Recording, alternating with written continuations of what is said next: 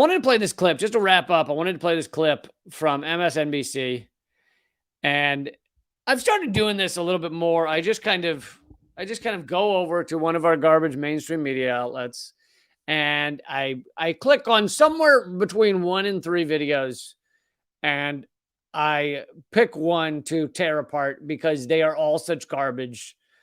And I think it helps. It's not that I think that any of you watching right now are like big MSNBC fans, but I think it helps to know how to pick them apart. It helps to know how to tear them shred by shred. And, I'm not saying I have all the answers. I don't, maybe things I'm missing, but, you may shred them in a slightly different way. Like I like to shred, if I have Wolverine claws, I like to shred diagonally, whereas you may shred like down, or some people might do the Wolverine claws straight forward. However it is you shred. Just keep shredding. So and this is also funny because of the MSNBC goons, Ali Velshi here is viewed as one of the more progressive, the slightly on the left of the liberals. So it's always fun to point out how even the most left of MSNBC, because, they also have plenty of right-wingers on there, like Joe Scarborough and all this shit. I mean, they're all really right-wingers if you fucking look at the spectrum correctly, but you know what I mean. Right for their view of things. But Ali Velshi is viewed as one of the more left wing of MSNBC, of the corporate shitbags. And he did this interview about a guy put out a book about something about Nazis. And anyway, I'll just click play and you'll see how funny this is. Reasons you and I have been talking about this lately is because Nazism used to be a thing that was in history, and yet this new incarnation of neo-Nazism, the racism and anti-Semitism that underpins it, is becoming increasingly prevalent in our world in very violent ways. It's not simply ideology; it's manifesting in a lot of violence in our own country and in Western Europe. Yeah, and when that happens here, when we see what happens in Charlottesville, when you see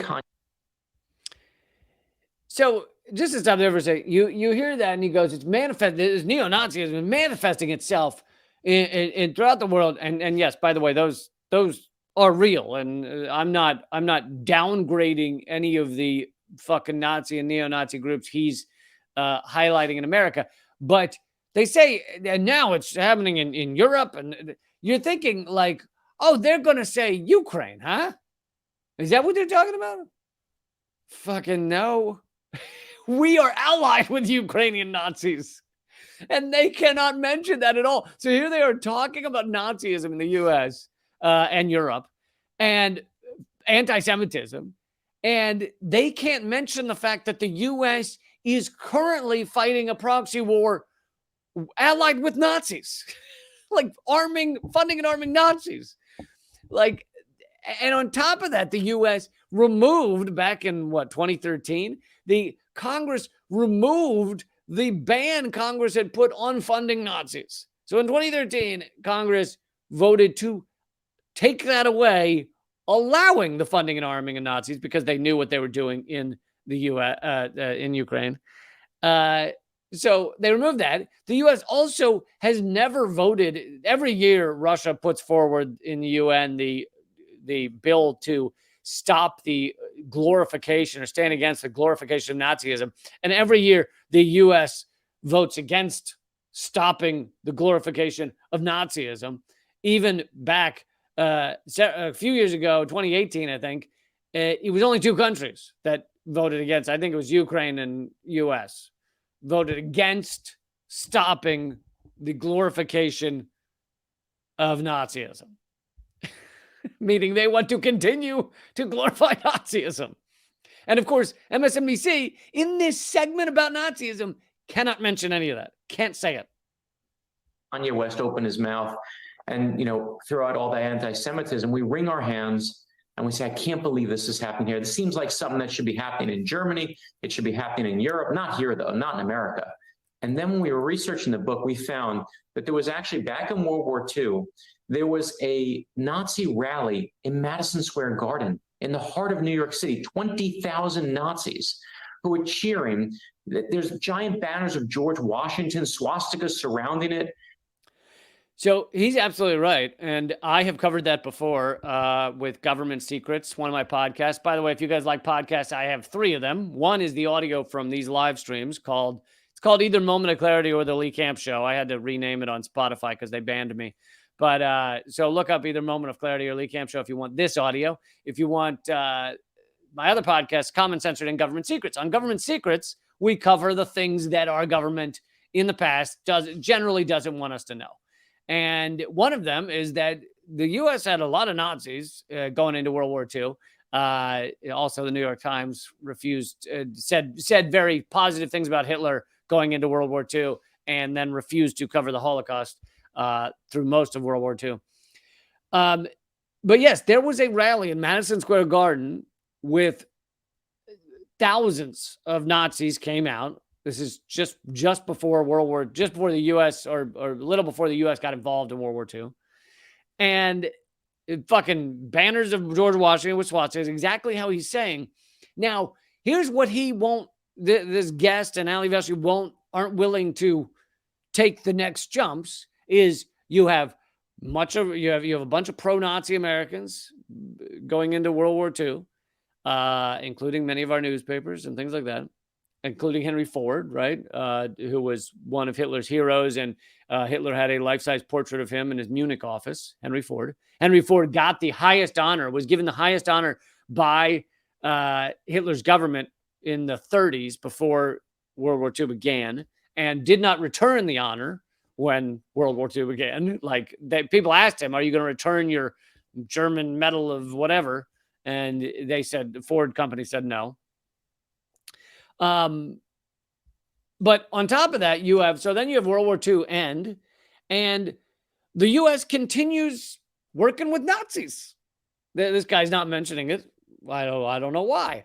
You have Operation Paperclip, where we brought Nazi scientists over the U.S. to help us get to the moon and do other things. So why not? They were just Nazis, but they're smart Nazis. So now there are Nazis.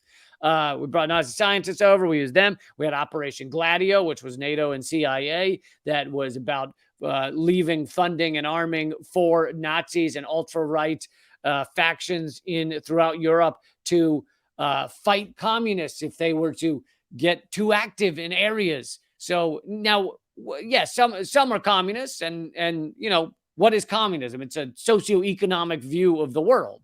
So now, in certain areas, these people are like, oh, we should live this way. And they're getting murdered by Nazis that the U.S. is funding and arming, or CIA and NATO, called Operation Gladio. And that also took out political officials. But they weren't just going after communists. They were going after many leftists that, even if they weren't communists, didn't matter. U.S. was involved in that. Now, this guy is not talking about it. And this goes up to, by the way, Operation Gladio went into the 90s. And this goes up to today. We're funding and arming Nazis in Ukraine. But this guy can't talk about any of that. He wants to say, wasn't it crazy back in World War II when these Nazis did, we went Madison Square Garden. And that's it. That's where they end the story. And the first speaker at the rally said, if George Washington were alive today, he'd be friends with Adolf Hitler. So why are we still fighting Nazis in 2023? Because they never left. Yes, except what they can't say is we're allied with them. Many of them.